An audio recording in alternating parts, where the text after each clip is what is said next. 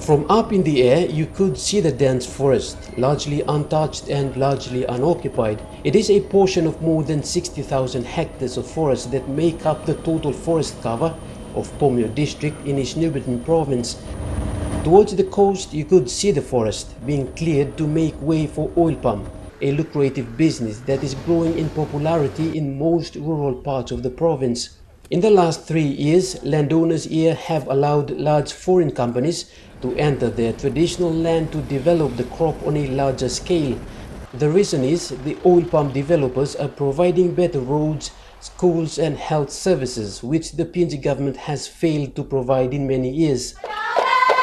While many considered this a positive move taken by the landowners, their actions came with consequences. Some of the conditions came under the controversial SABL, which gave way to more issues relating to unmonitored logging activities and in some instances gave amnesty to illegal loggers. Looking after the land. Neville Howcroft is a veteran tree breeder. He has worked in the country for more than 40 years. He says economic developments such as mining, logging and oil palm have created more problems to the environment without any remorse. I think they're too greedy, and I think it has been out of hand a fair bit. I think that we need to look at doing a lot more replanting, getting them to be part of the replanting system. At the other end of the country on Misima Island, new trees have been replanted.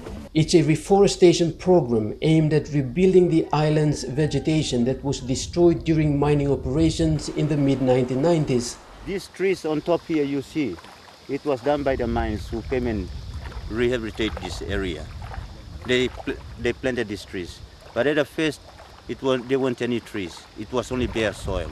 The PNG government, through its National Forest Authority, have pledged to plant more new trees that were destroyed by intensive economic activities all over the country. Under its reforestation programs, the National Forest Authority hopes to regain more than 50% of forests by the year 2050. And some of those things about the logging I'm not very impressed with. I think there's a great scope for forestry in working on the repair work and also developing a good stewardship when it comes to looking after the environment.